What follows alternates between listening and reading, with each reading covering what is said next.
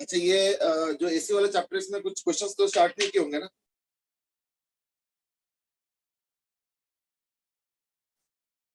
Question start किया solve करना इसका? नो सर, एसी का तो अभी स्टार्ट नहीं किया। चलो ठीक है, नहीं लेकिन क्या ना, आप स्टार्ट कर दो, क्योंकि जो है ना, अब जो बचा है वो है एलसी ऑसिलेशन हम लोग कर ही रहे थे, जो बचा है वो है ट्रांसफार्मर और क्वालिटी फैक्टर, ठीक है ना? तो थोड़ा सा पार्ट बचा है, तो अब इसका तुम स्टार्ट कर सकते हो। मुझे हेडिंग्स बता दो बस। Yes sir.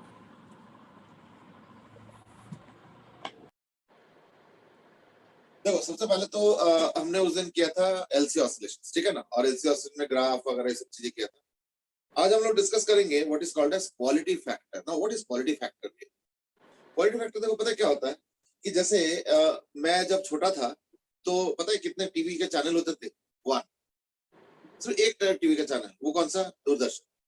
ये मैं जब बहुत छोटा था तब की बात करूं, मुझे क्लास 5-6 में था उस टाइम। नॉट ओनली दैट, रात को 10 बजे के बाद टीवी बंद हो जाता था। तो ऐसा नहीं कि कोई पेरेंट्स बंद कर देते, ट्रांसमिशन ही बंद हो जाता। टीवी अगर ऑन करोगे तो सिर्फ एक लोगो दिखेगा, वो दूरदर्शन का लोगो नहीं है, गोल और वो ऐसे करके एक ऐसे वाला और ऐसे वाला, वही लोगो दिखता था रात को 10 बजे से लेकर सुबह 8 बजे, यानी कुछ टीवी में बीमिंग ही नहीं होता था। ये मैं छोटे की अपने बचपन की बात कर रहा हूँ। फिर उसके 2-4 साल बाद केबल टीवी आया, फिर केबल में अलग अलग चैनल्स आने लगे, है ना? फिर DD1 की जगह DD2 भी एक नया चैनल स्टार्ट हुआ। फिर local state wise channel start किए उन्होंने, DD Bengali, DD Odia, DD Hindi, DD Gujarati. तो ये धीरे धीरे स्टार्ट हुआ, तो चैनल्स के नंबर बढ़ गए। अच्छा, हमारे जो घर में सबसे पहला टीवी था उसमें 16 चैनल था। तो 16 चैनल था, जिसमें से चलता तो एक ही था। फिर 2-4 साल बाद फिर 2-3 चैनल और ऐड हो गया, जब वो केबल वगैरह का सप्लाई होने लगा। अब तो केबल भी खत्म हो गया, अब तो डिश एंटीना का जमाना है। बट पॉइंट इज दैट कि ये सब चीज हमने देखा। अच्छा, इसमें होता क्या ना, इसमें होता ही है कि सपोज तुमको एक चैनल चलाना, तो वो चैनल क्या होता है? एक पर्टिकुलर फ्रीक्वेंसी होता है। देखना कभी कभी देखना, कुछ चैनल में जैसे तुम सर्फिंग करते देखना लिखा रहता है कि ये वाला चैनल इतने फ्रीक्वेंसी में बीम हो रहा है। अब इसका मतलब समझो, वो जो फ्रीक्वेंसी है वो टीवी फिर कैसे पकड़ता है ना? टीवी के अंदर एक एल होता है और एक सी होता है, सच दैट कि उसका जो फ्रीक्वेंसी होता है ना, 1/√LC, याद है ना? वो ओमेगा करके 2π√LC करवा। Yes sir. वो इस चैनल के फ्रीक्वेंसी के साथ मैचिंग होगा तो देखना वही चैनल चलेगा। अब इसमें एक दिक्कत पता है क्या ना, कि तुमने तो शायद रेडियो देखा नहीं होगा, है ना? रेडियो ऑन किया तुमने बचपन में कुछ ऐसे? सर इतना क्लियरली नहीं याद? मुझे। हाँ, मैं बताता हूँ एक्सपीरियंस। जो जब हम लोग छोटे थे ना, तो टीवी कम, रेडियो ज्यादा होता। जैसे क्रिकेट कमेंट्री सुनना होगा एंड ऑल, तो टीवी में तो एक आधी चैनल, तो लोकल जितने भी मैचेस वगैरह ये सब का तो कमेंट्री होता नहीं था, तो हम लोग रेडियो में वो कमेंट्री सुनते थे। कैसे?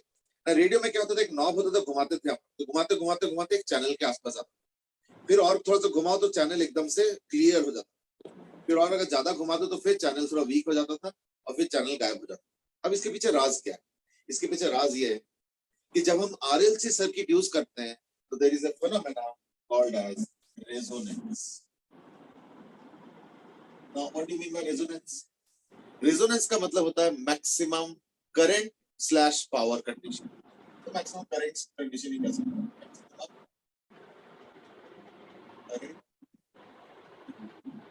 अभी ये कैसे हम लोग मैथमेटिकली इसको विजुलाइज करेंगे? आसान है, कोई ज्यादा मुश्किल वाला नहीं। ये देखो, मैक्सिमम करंट कब होगा? जब ऑपोजिशन मिनिमम होगा। तो ऑपोजिशन बोलते क्या होता है? जेड। तो जेड होता है root of r square plus 1/ωc minus ωL।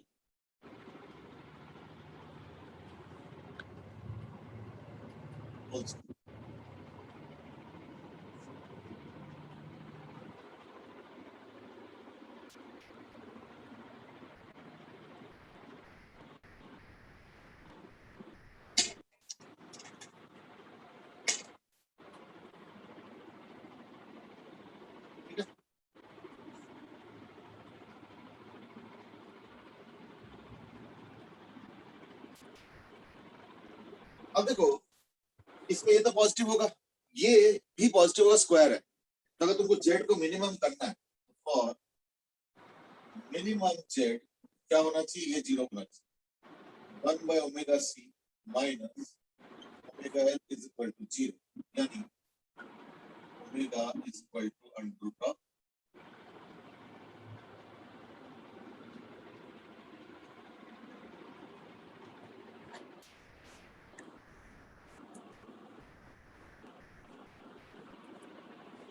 omega is equal to 1 upon under root of LC. तो ध्यान से देखो, तो ये हो गया for minimum z,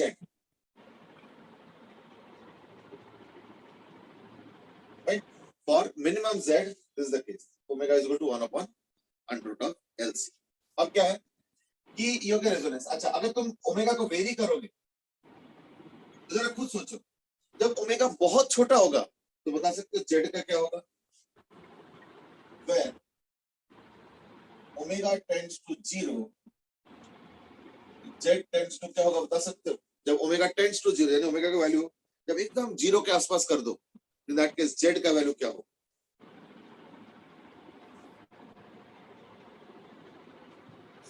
So R. नहीं, सोच के देखो, ये तो 0 होगा, इससे क्या होगा? So 1 by 0 to 1. तो यानी क्या? इंफिनिटी. Yes, sir. यानी क्या होगा फिर? So तो Z tends to. इंफिनिटी होना फिर. Yes, sir. यानी जब ओमेगा का वैल्यू बहुत कम होगा तो z का वैल्यू क्या होगा? बहुत ज्यादा, यानी बहुत 10 to infinity. चलो, अब जब ओमेगा का वैल्यू इंफिनिटी की तरफ जाएगा z क्या होगा? So तब Z R होगा. नहीं, पहले सोच के देखो. So infinity 1 by infinity तो तो ये तो 0 हो गया. माइनस इंफिनिटी, तो माइनस इंफिनिटी का स्क्वायर करो प्लस इंफिनिटी, plus infinity. और साथ में तो r स्क्वायर तो क्या होता है वो? तो यानी क्या होगा फिर? So तो बोलो. So- z tends so तब भी tends to infinity. to infinity. यानी अब एक काम करो, करंट का बताओ क्या होगा फिर? यानी जब z tends to infinity तो I tends to क्या होगा? 0. इसमें भी देखो I tends to 0. यानी एक चीज समझो, अगर बहुत लो फ्रीक्वेंसी एसी भी होगा ना, Yes, sir. मान लो बहुत ही लो फ्रीक्वेंसी एसी होगा तो भी करंट 0 होगा, और अगर बहुत हाई फ्रीक्वेंसी एसी होगा तो भी जो है करंट 0 होगा. ये बात समझ में आ रहा है? ये देखो, Yes. जेड होता है अपोजिशन, तो अपोजिशन ज्यादा तो करंट कम, और अपोजिशन कम तो करंट ज्यादा. सिंपल. Yes, sir. हाँ, वही चीज मैं कह रहा हूँ. तो जब ओमेगा 0 की तरफ होता है तो जेड इंफिनिटी की तरफ हो जाएगा, और जब ओमेगा इंफिनिटी की तरफ हो जाएगा तो भी जेड इंफिनिटी की तरफ होगा, और दोनों केस में क्या होगा ना, करंट 0 की तरफ हो जाएगा. अब इसका कंक्लूजन क्या हुआ फिर? कंक्लूजन ये हुआ, अगर ये ओमेगा हुआ और अगर ये आई हुआ,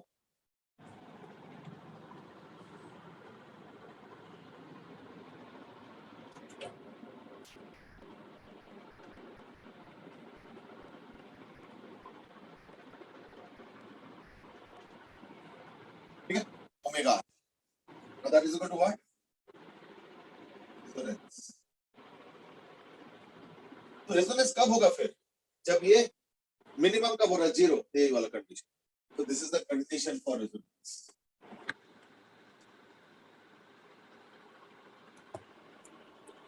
अब बताओ पता क्या है, एक जो हम लोग का जो ट्रांसमिशन होता है ना, वो एक सर्टेन बैंडविड्थ पे होता है.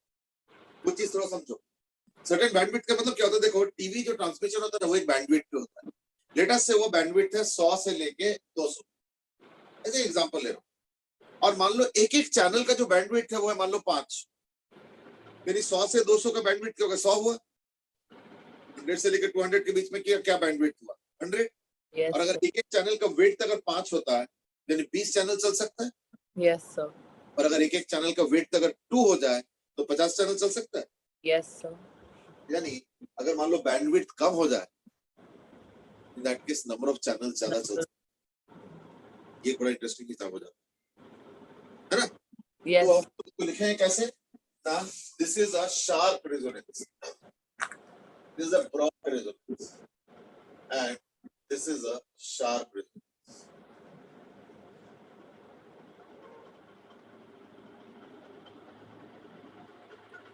ये हो गया broad resonance, ये हो गया sharp resonance.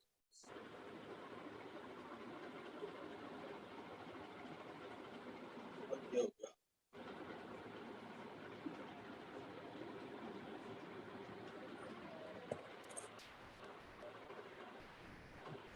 ठीक है, sharp resonance और एक हो गया broad resonance. Is that okay? Yes, sir. ठीक.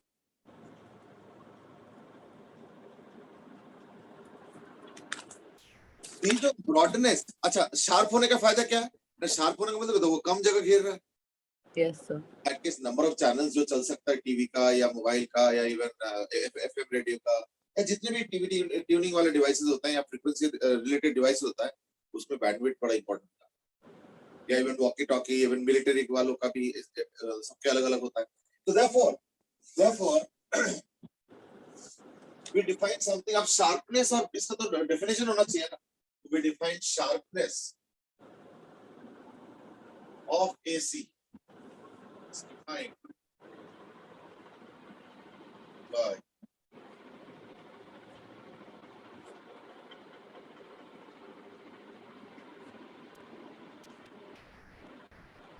quality factor.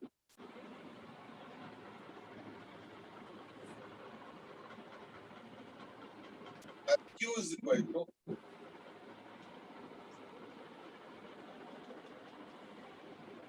देखो प्रॉपर वो डेरिवेशन है, बट डेरिवेशन बहुत लंबा है, उसको करके क्या करो. हमारे तो मेन ऑब्जेक्टिव क्या है कि जो क्वेश्चन आएंगे वो है कि क्वालिटी फैक्टर कितना है. तो होता है omega L upon R. Omega मतलब रेजोनेंस ओमेगा, ठीक है. Omega R L into R. L बोलते हैं इंडक्टर. Yes, sir.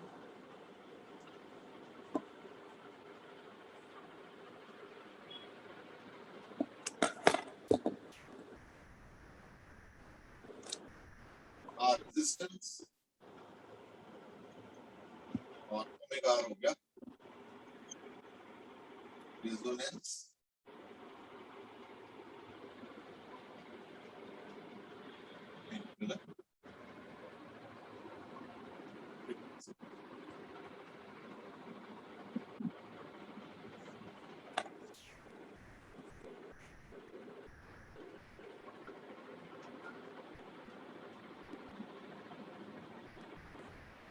ठीक है. देख लो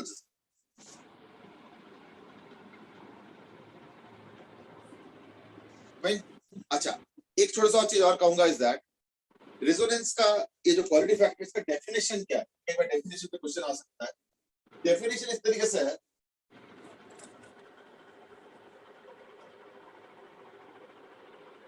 क्वालिटी फैक्टर का डेफिनेशन होता है omega R upon width of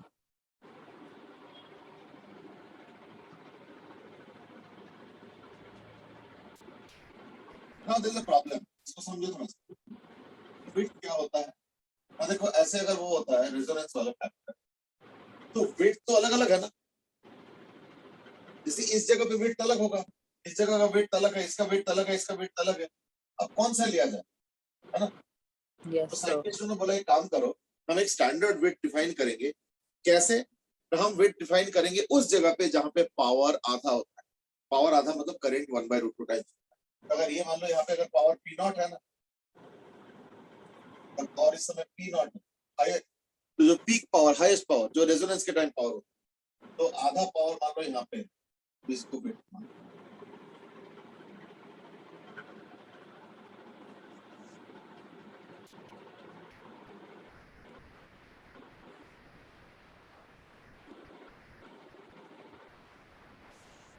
ठीक है. इसको हम लोग बोलते हैं विड्थ ऑफ रेजोनेंस.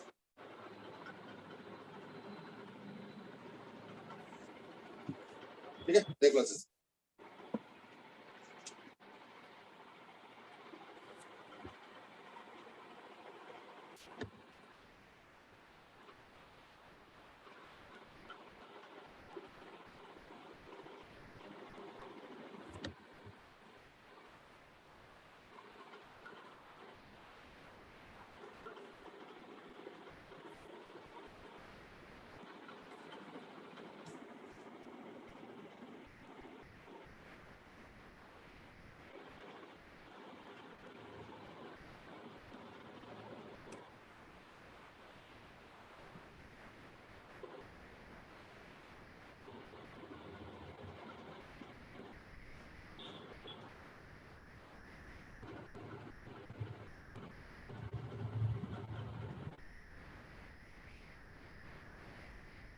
यहाँ पे आधा पावर होता है।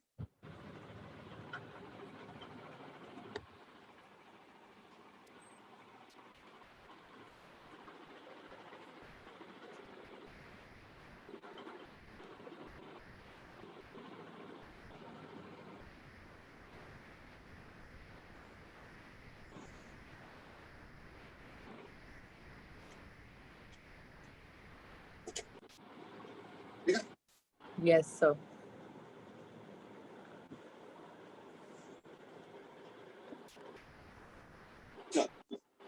so that was about your things about resonance.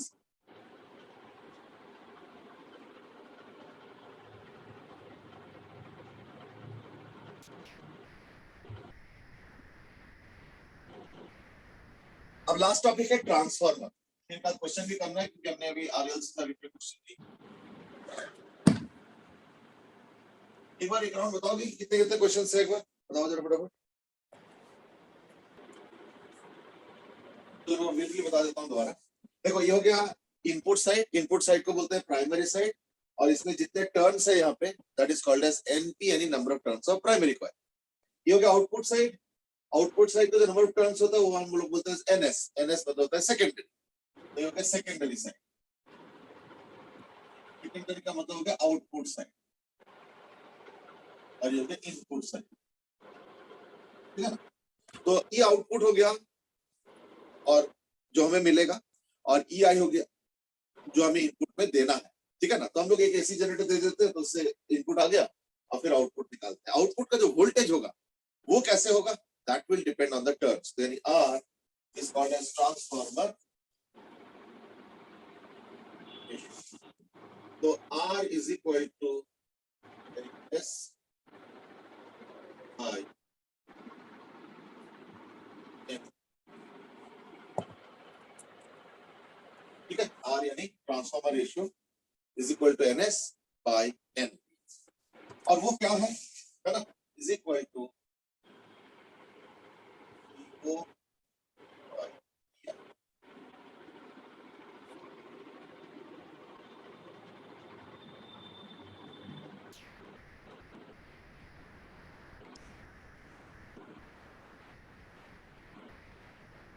ठीक है, एनएस बाय एनपी यानी इक्वल टू ईओ यानी output by in. Okay, R का वैल्यू तो सोच के देखो, आर का वैल्यू अगर मोर देन 1 हुआ इसका मतलब क्या है कि ये आउटपुट ज्यादा होगा, है ना? Yes, sir. R is greater than 1 implies ये output is greater than EI. इसका मतलब इनपुट वोल्टेज अगर तुमने दिया मान लो 25 वोल्ट, तो पता चला आउटपुट वोल्टेज आ रहा है पता चला 50 वोल्ट और समथिंग लाइक दैट। यानी आउटपुट वोल्टेज बढ़ रहा है, इसको हम लोग बोलते हैं as step up.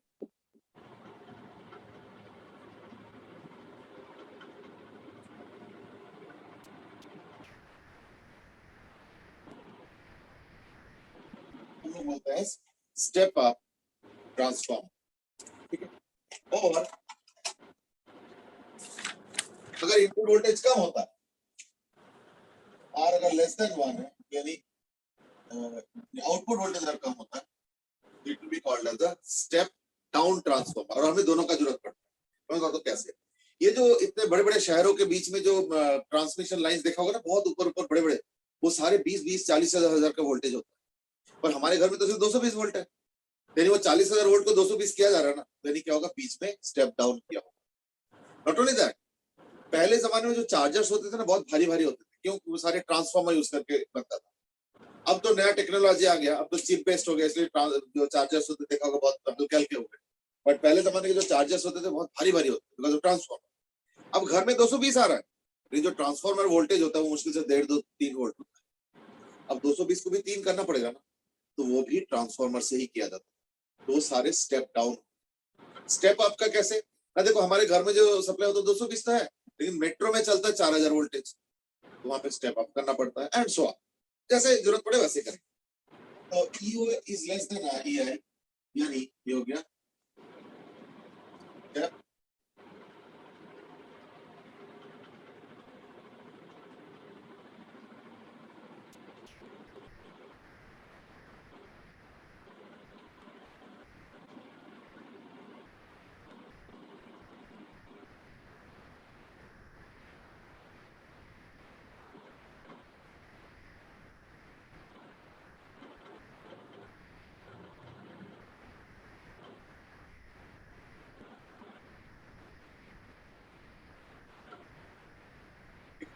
one is step up transformer and the other is step down transformer.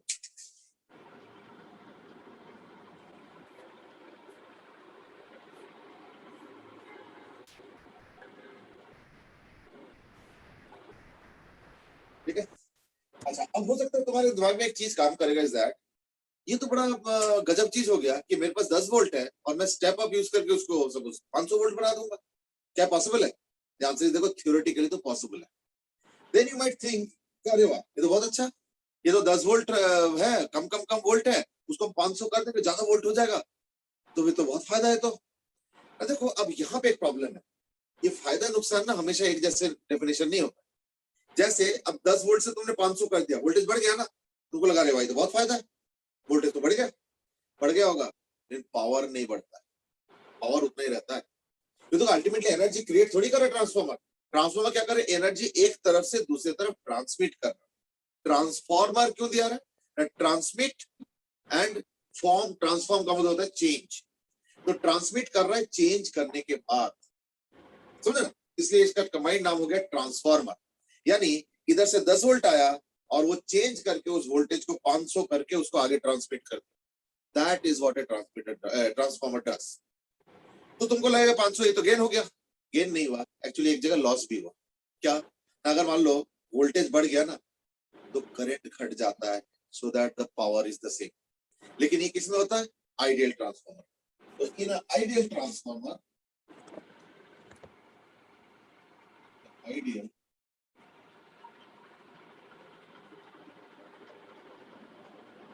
क्या होगा? The power input is equal to power out. तो यानी क्या होगा? E I I I E I input current into input voltage is equal to EO I. So therefore, what we gain or lose in voltage terms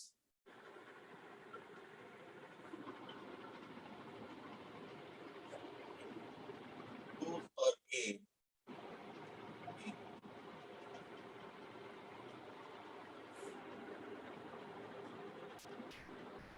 current.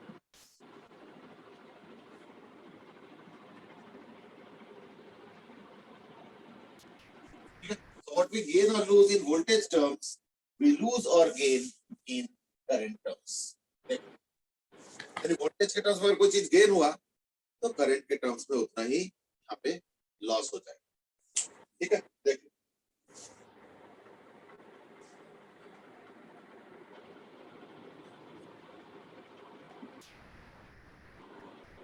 यानी अगर मान low voltage को तुमने अगर 5 गुना कर दिया, तुमको लगा रहे हो भाई तो बहुत अच्छा, 5 गुना वोल्टेज बढ़ा दिया मैंने, तो ठीक है बढ़ा दिया होगा, बट देखना करंट 1/5 हो जाएगा। क्यों? क्योंकि transformer can not produce power, it just receives power from one side which is the input side यानी primary side, and sends it to the other side यानी टू द आउटपुट साइड यानी to the secondary side. और ideal transformer में तो खैर हम लेके चलते हैं कि पावर सेम है, लेकिन ऐसा होता नहीं है, तो तुमको भी पता ही है, क्योंकि देखा होगा ट्रांसफॉर्मर गर्म हो जाता है ना, ऑल दोस थिंग्स। Yes. तरह लॉसेस हमें, तो वही हम लोग अब नेक्स्ट पढ़ेंगे, बट एक छोटा सा चीज और बता देता हूँ, is that is for ideal transformer, but actual में क्या होता है? तो लॉसेस, लॉसेस क्या क्या है?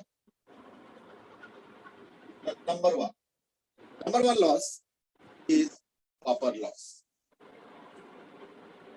देखो ये जितने भी तार, कॉइल वॉइल जितने भी चीजें हैं उसके अंदर करंट तो पास हो रहा है, तो अगर कोई भी इलेक्ट्रिक तार में करंट पास होगा तो गर्मी तो प्रोड्यूस होगा, हीट तो प्रोड्यूस होगा, that is what is called as copper loss.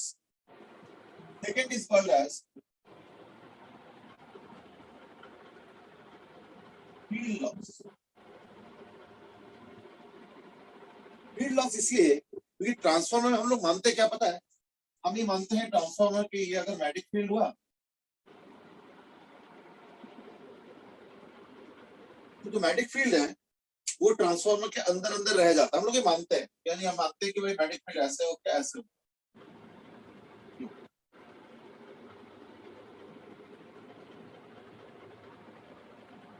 हम ये मानते हैं किसी से घूम रहा है, पर एक्चुअली होता नहीं। होता क्या है? ऐसे करके एक आध मैग्नेटिक फील्ड बाहर भी चला जाता थोड़ा सा, तो अब इसलिए कोई बाहर चला गया फिर तो लॉस में काउंट हो गया। तो therefore there is something called as field loss.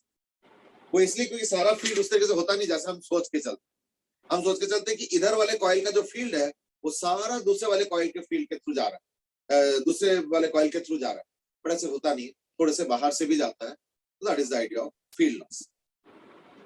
फिर है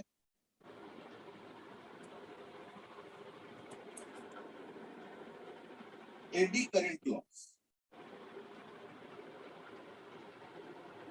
अब देखो एडी करंट क्या है?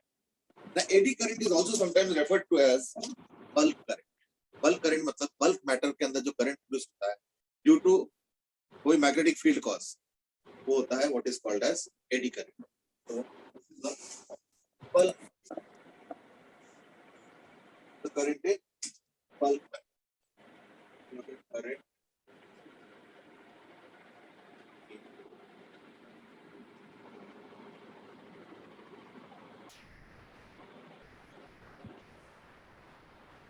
This is the current in bulk matter due to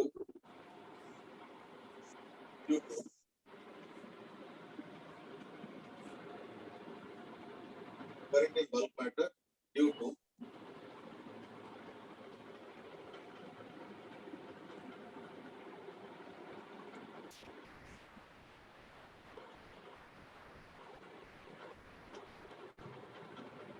in fact ये जो करंट है ना ये कई बार में यूजफुल होता है। कैसे? जैसे ये जो देखना हॉट प्लेट टाइप का आजकल चलता है खूब, छोटे छोटे चाय बनाने वाला या कुछ इस तरीके से देखना कई सारे चलते हैं, वो सारे एडी करंट पे बेस्ड। क्यों? ये एडी करंट होता है कब ना जब मैग्नेटिक फ्लक्स चेंज हो रहा है। तो जब एसी करंट जो यूज होता है हम लोग के घरों में तो उसमें तो करंट बार बार ऊपर नीचे करता है, तो उससे मैग्नेटिक फ्लक्स चेंज होता है, उससे एडी करंट बनता है, उससे हीटिंग होता है और उसी हीटिंग को हम लोग यूज करते हैं। यानी इंडक्शन कुकिंग जो होता है वो इसी पे बेस्ड है। तो एग्जाम्पल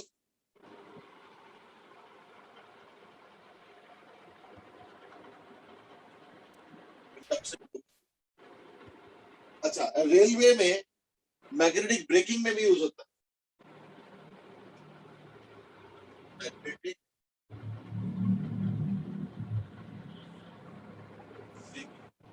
में भी ये यूज होता है।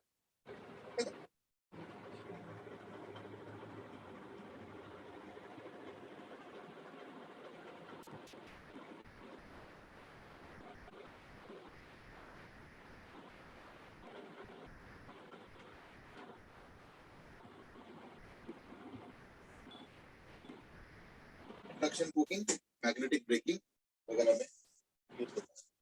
ठीक है?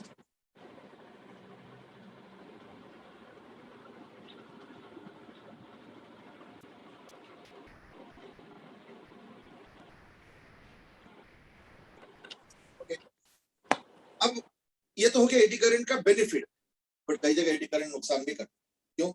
कि एडी करंट से हीटिंग होता है। अब जैसे ट्रांसफार्मर अगर एडी करंट होगा तो इसमें बहुत जबरदस्त हीटिंग होगा, जो कि हम नहीं चाहते। क्यों? हीटिंग होते क्या होगा ना, उसके जो कूलेंट है, उसके जो लुब्रिकेंट है, उसके जो हीटिंग जो वो सिस्टम है वो गर्म हो जाएगा, तो इन दैट केस जलने का खतरा है, तो इंसुलेशन होता है। तो हम क्या करें फिर ना, कई जगह हमें एडी करंट को कम करना पड़ता है। तो मैं क्या एग्जांपल दूंगा एडी करंट को हम कम कैसे करते हैं। जैसे मैं एग्जांपल बताता हूँ, सपोज एक मैग्नेट है ना, ये हो गया, और उस मैग्नेट के सामने ना एक मेटल शीट को ऑसिलेट करा। तो लेट अस से ये शीट ऐसे है, अभी यू गेट मेटल शीट, यहाँ से ऑसिलेट कर रहा है।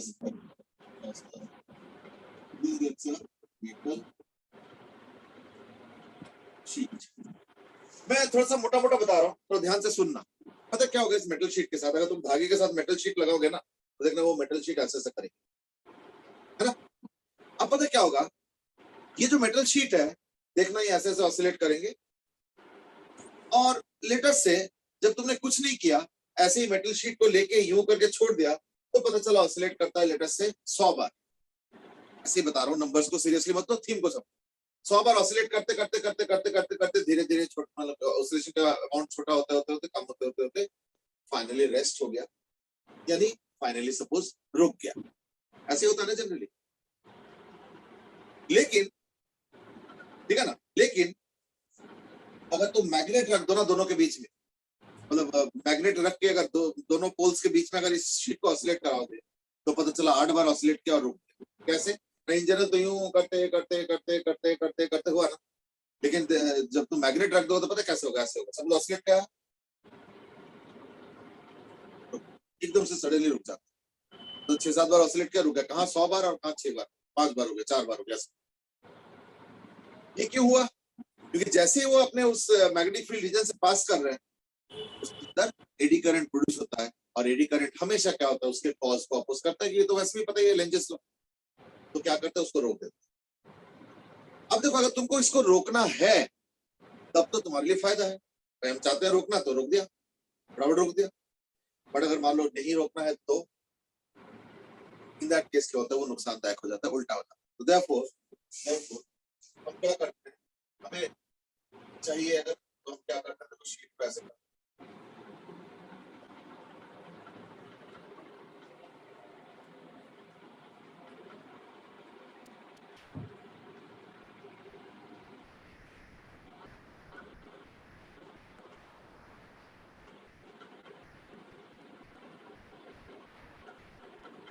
ये शीट अब ऑसिलेट कर रहा है ऐसे। तो उससे क्या होगा? उससे ये होगा कि जो एडी करंट प्रोड्यूस होगा वो किसी के साथ ऐसे,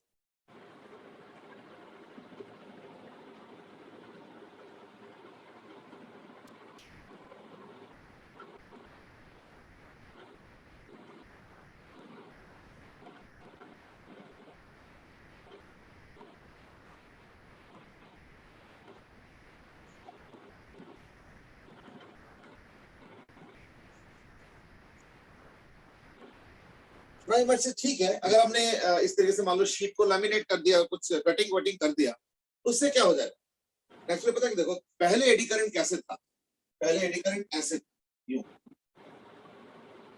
मैं बोला था ना, पूरे शीट के अंदर करंट। अब क्या होगा? शीट में ऐसे कटिंग करने से क्या होगा? एडी करंट का लंबाई बहुत बढ़ेगी। अगर लंबाई बढ़ता है करंट का, तो इन दैट केस रेजिस्टेंस क्या होता है? रो एल बाई ए। तो Yes. एल बढ़ गया, रेजिस्टेंस बढ़ गया, तो इससे एडी करंट घट जाता है। तो इस कटिंग का फायदा क्या हुआ? ना एडी करंट का वैल्यू डिक्रीज करता है। So due to the cutting, due to the cutting value of eddy current reduce. तो यू माइट से कि अच्छा इसका रिड्यूस तो हो गया, चलो ठीक है, लेकिन उससे फायदा क्या हुआ? देखो, सपोज पहले 100 बार ऑसिलेट कर रहा था जब कुछ नहीं किया तुमने, फिर जब मैंने मैग्नेट रख दिया तो पता चला सिर्फ 5-6 बार ऑसिलेट करके एकदम से रुक गया। ऐसे कुछ हुआ let's say, due to eddy current. अब मैंने कटिंग कर दिया तो एडी करंट का वैल्यू घट जाएगा, तो जो अपोजिशन घट जाएगा। अब ये धीरे धीरे रुकेगा। पता चला 30-40 बार ऑसिलेट किया और उसके बाद रुका। अभी भी देखो 100 से तो कम है, लेकिन 5-6 से तो काफी ज्यादा हो गया। तो ये चीज, इसका ध्यान रखना एक चीज, एडी करंट को तुम एलिमिनेट तो नहीं कर पाओ, एलिमिनेट तो नहीं कर सकते, पर हाँ रिड्यूस कर सकते। तो इसमें हमने कैसे रिड्यूस किया? ऐसे हमने कटिंग करके एडी करंट को रिड्यूस कर। ट्रांसफार्मर में कैसे करते हैं, है ना? तो ट्रांसफार्मर, ये जो ट्रांसफार्मर है ना, इसको तुम 3D में देखोगे तो पता है कैसे होता है। ये होता है ट्रांसफार्मर।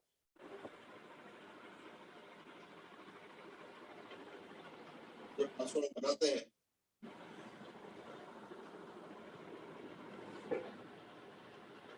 ऐसे शीट्स में बनाए।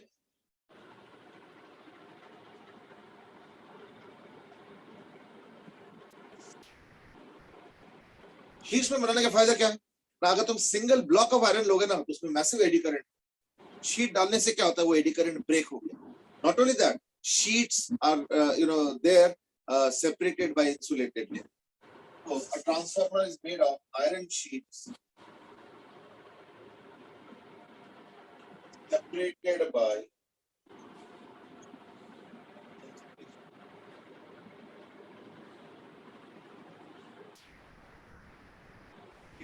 separated by insulation. उससे क्या होता है? करंट एक शीट से दूसरे शीट नहीं जा सकता। उसी शीट के अंदर बंदे बंदे करंट होगा, फिर दूसरे शीट के अंदर एक और बंदे बंदे करंट होगा। तो करंट तो टुकड़े में हो गया ना। फिर अब जितना ज्यादा टुकड़े कर दोगे करंट के, उतना टोटल पाथ का जो लंबाई है, जो लेंथ है करंट वाला, वो बढ़ जाएगा। और उससे इफेक्टिव रेजिस्टेंस बढ़ेगा और उससे एडी करंट घट जाएगा। तो वो ट्रांसफार्मर में देखो AD current is not a advantage, it's a disadvantage. हम इसलिए एडी करंट को रिड्यूस करना चाहते हैं। बट जैसे ट्रेन में ब्रेक वाला सिस्टम जो होता है उसमें एडी करंट इज एडवांटेज, हम चाहते हैं कि एडी करंट के चक्कर में ट्रेन रुक जाए एंड सो ऑन। ठीक है ना, ये चीज।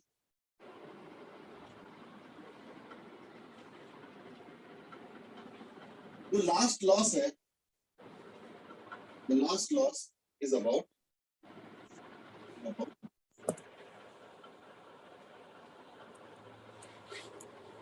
hysteresis.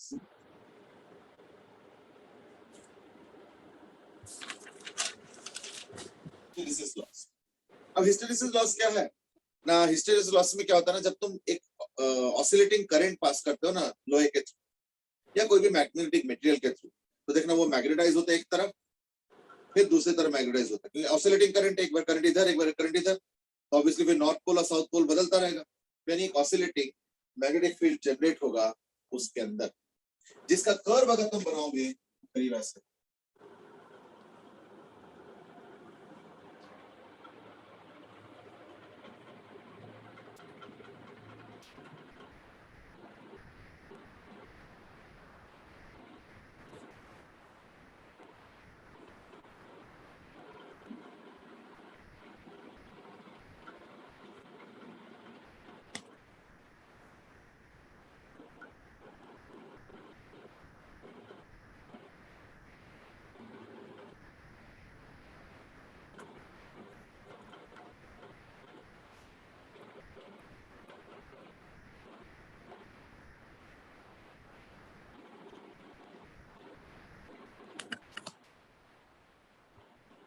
ये होता है, इसको हम लोग बोलते हैं हिस्टेरेसिस साइकिल।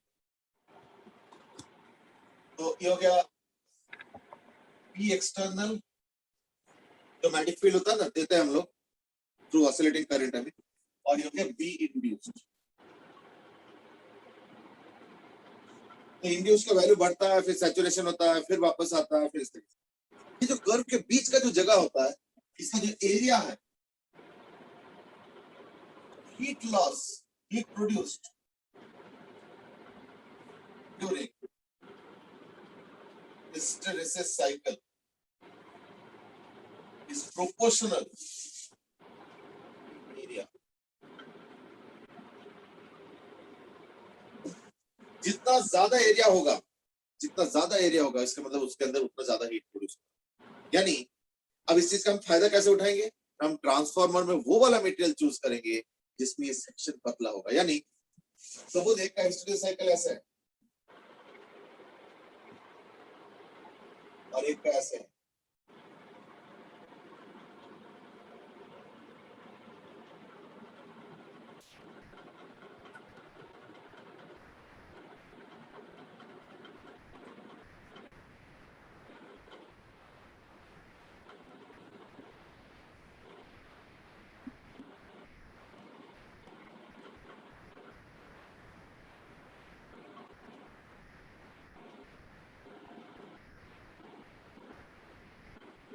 ये ए और ये बी।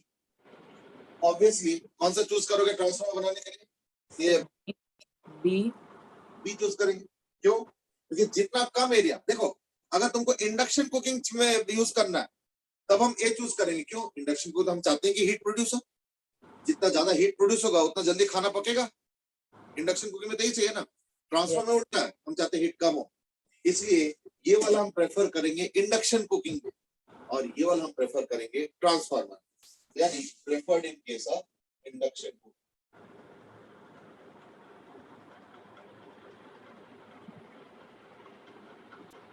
ये वाला प्रेफर करेंगे in case of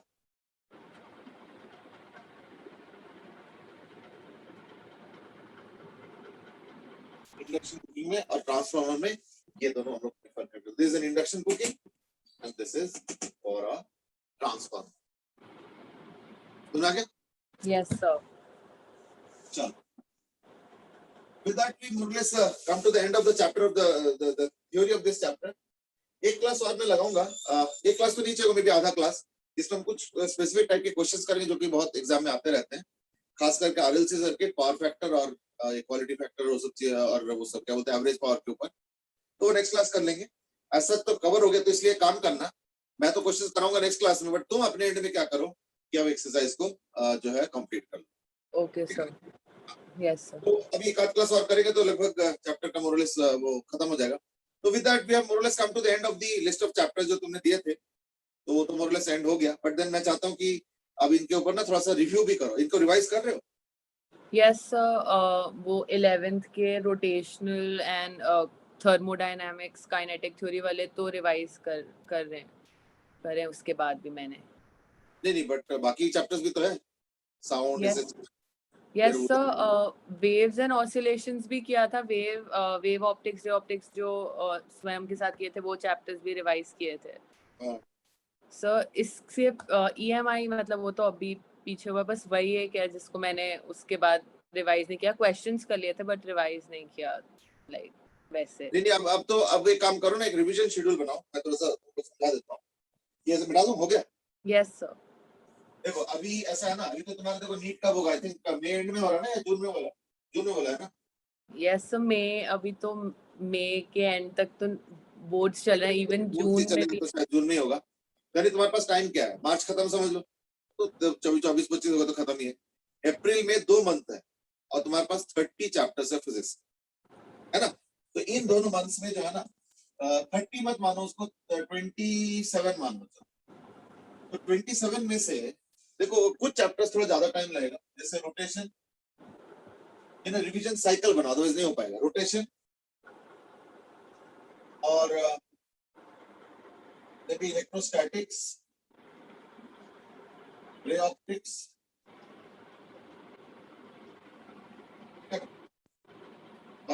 even EMI भी। ये जो 4 चैप्टर है, इसमें 1 से 2 दिन लगा, जैसे रोटेशन तो 2 ही दिन लगा दो, ये भी 2 दिन लगा दो, 1 या 2 दिन लगा दो, 1.5 दिन में भी। तो बेसिकली कहने का मतलब ये टोटल 3 दिन ये रिवाइज करोगे। रिवाइज का मतलब क्या होता है ना, जो भी तुमने क्वेश्चंस किया ना वो टू द पॉइंट और वो सब चीजों के ऊपर, उनको एक बार दोबारा रिव्यू करना है। सारे क्वेश्चन जो कि तुमसे नहीं हो पाया था, या जो क्वेश्चन करने में तुमको थोड़ा सा मेहनत करना पड़ा था, अभी सोचना पड़ा था, गलती हुआ था, फिर सुधर के फिर क्वेश्चन सॉल्व हुआ था, व्हाटएवर, वो तो तुमने मार्क करके रखे होंगे ना। Yes sir. हाँ, तो बस उन्हीं को करना। तो ये इसमें तो लगा दो टोटल 7 दिन, 1 हफ्ते इसमें लगा दो, ठीक है? बाकी सारे चैप्टर्स में जैसे मॉडर्न वाला 2 चैप्टर 1 दिन, तो मॉडर्न में क्या क्या आता है, dual nature, atomic structure, nuclear, semiconductor, communication, 5 chapter, 2 chapter 1 दिन में, मतलब 2.5 दिन होता है, 3 दिन लगा, तो 3 दिन मॉडर्न का लगा, 3 days modern, 1 day wave optics, 1 day लगा लो प्रॉपर्टीज ऑफ मैटर, ठीक है, और 2 days लगा लो हीट थर्मो। यानी सेकेंड वीक का तुम्हारा ये आ गया, ये फर्स्ट वीक का,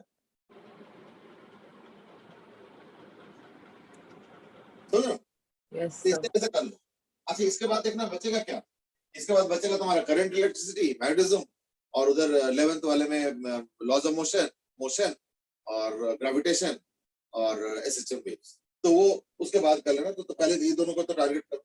यस सर। फर्स्ट वीक में करो rotation, electrostatics, ray optics, EMI, है ना? तो EMI तो हो चुका है, रे ऑप्टिक्स भी हो चुका है, रोटेशन भी हो चुका है, electrostatics I hope you have done it yourself. I mean yes sir, किया था सर, बस वही है कि उसमें ज़्यादा टाइम लगता है मुझे कैपेसिटर वाले क्वेश्चंस में, बट इस चैप्टर से भी रिलेटेड है, मतलब AC में भी कैपेसिटर्स थे ही, तो बट उसका थोड़ा सा उसमें बस प्रॉब्लम आती है, बाकी तो सर अब इतनी बार रिवाइज कर लिया कि हो जाते हैं। चलो ठीक है, कोई बात नहीं, एक आध चैप्टर अगर होगा तो हम देख लेंगे। अच्छा, उसके बाद सेकंड वीक में ये इसमें लग जाओ, मॉडर्न फिजिक्स तो आसान है, हो ही जाएगा, तो सारा करा। Yes sir. फिर 1 डे लगा लो वेव ऑप्टिक्स के। Yes sir. वेव ऑप्टिक्स में मैंने कराया हुआ ना, सर क्या? वेव ऑप्टिक्स मैंने कराया तुमको। यस सर, स्वयं के साथ कराया था। Yes sir. हाँ, तो एक दिन प्रॉपर्टीज ऑफ मैटर का लगा लो। Yes sir. Properties of matter वो सॉलिड, लिक्विड, यंग्स मॉडुलस और वो बर्नौलीज थ्योरम वगैरह उसको प्राप्त करना, यस सर। है ना? और 2 दिन हीट एंड थर्मो का लगा लो, सारा कुछ कंडक्शन, कन्वेक्शन, वो सब, फिर थर्मोडायनामिक्स के अंदर हीट इंजन, साइकिल्स, रेफ्रिजरेटर वगैरह वगैरह, है ना? तो Yes, ये sir. सारी चीजें जो है ना 2 हफ्ते के अंदर करो। फिर थर्ड वीक का प्रोग्राम फिर उसके बाद सोचा जाए, ओके सर। समझे ना? आई थिंक इतने में अगर करोगे तो लगभग 1 मंथ में देखना एक सॉलिड रिवीजन हो जाए, समझे ना बात? और Yes, फिर sir. एक आध बार मतलब उसके बाद तो तो रिवीजन हमें साइकिल जून नहीं मिलेगा? मैं 2 मंथ मान के चल रहा हूँ। देखो जून मिले तो बोनस मिल रहा है ना। सो बट फिर भी मतलब इवन मई के मिड तक पेपर मतलब जून के मिड तक नहीं, देखो पेपर्स जा जून रहे में हैं। तो देखो जून के 8 तारीख तक तो मैथ्स का ही पेपर यस सर। है ना? तो इसलिए सीबीएसई तो तब तक खत्म नहीं हो रहा है और कई बायोलॉजी वालों को मैथ्स भी देना होता है। तो यस जो सर, साइकोलॉजी भी लास्ट पेपर है, उसकी डेट शायद नीट मतलब अगर साइकोलॉजी वाला तो हाँ वो भी है, कईयों का एडिशनल साइकोलॉजी होता है। तो बायो में मेरे सेक्शन में तो ऑलमोस्ट काफी बच्चे हाँ, साइकोलॉजी वाले थे। हाँ मैं समझ गया। तो हो सकता है कि उसके लिए भी वेट करे वो, यस सर। ना तो हो सकता है कि थोड़ा पोस्टपोन हो, मगर चलो देखते हैं। अब देखो हम तो वर्स्ट के सिचुएशन के लिए तैयारी करेंगे ना। ओके। एग्जाम अगर 15 दिन पीछे चला जाता है तो हमें कोई दिक्कत नहीं है, हमारे पास एक रिवीजन साइकिल एक एक्स्ट्रा मिल जाएगा। Yes sir. ये आराम से 10 से 12 दिन में एक रिवीजन साइकिल हो जाता है फिजिक्स का, अगर तुमने अच्छे से थॉरली प्रिपेयर कर रखा है तो। अगर 15 दिन मिलता है तो एक साइकिल एक्स्ट्रा हो जाएगा, 1 महीने मिलता है तो 2 साइकिल एक्स्ट्रा कर लेंगे रिवीजन। Yes sir. कभी कोई नया पढ़ने वाला तो चीज है नहीं, अब तो सब खत्म हो गया। Yes sir. तो सिर्फ रिवीजन रिवीजन रिवीजन करते जाओ। और रिवीजन का तरीका वही है कि जितने भी तुमने क्वेश्चंस किया वो टू द पॉइंट, और उसके बाद उसके एंड में जो चैप्टर एंड में एक्सरसाइज थे पुराने क्वेश्चंस है ना, जहां जहां तुमने स्टार लगा रखा है एक एक क्वेश्चन दोबारा सॉल्व यस करो। सर। और साथ में जो जो भी क्वेश्चन थोड़ा टफ वफ लगे थे और तो मार्क कर रखे होंगे हम श्योर, तो उन्हीं को एक बार दोबारा रिव्यू करते जाना। और ओके थ्योरी सर। पढ़ते जाओ साथ साथ, फॉर्मूला ना भूल जाओ। तो थ्योरी तो जो चैप्टर्स मैंने करा है उसका तो नोट से ही पढ़ लोगे, हो जाएगा। Yes sir. और जो मान लो नहीं पढ़ा है तो उनके जो है बुक में से नोट्स है या तो तुमने बनाए होंगे, तो आई डोंट नो कौन सा सिचुएशन को बेटर लगता है, तो बुक से देखना तो बुक से देख लो, है ना? और अगर नोट्स बनाए पहले तो उससे देख लो, है ना? Yes sir. ठीक है ना? चलो यस। ठीक। तो आज के लिए इतना ही करते हैं। अभी इसका रिवीजन स्टार्ट कर दो, एक क्लास मुझे और लेना है ओके सर। उसके ऊपर, मतलब पूरे क्लास तो शायद ना लेके बट जो भी है थोड़े से क्वेश्चंस कराएंगे दो चार, तो उससे क्या होगा ना, लगभग कंफर्टेबल हो जाएगा with the questions of this particular chapter जो मोस्टली एग्जाम में आते रहते हैं। ठीक है ना? Okay sir. चलो ओके बेटा, थैंक चलो यू ठीक। Sir. Okay, thank you, good day. Thank you sir.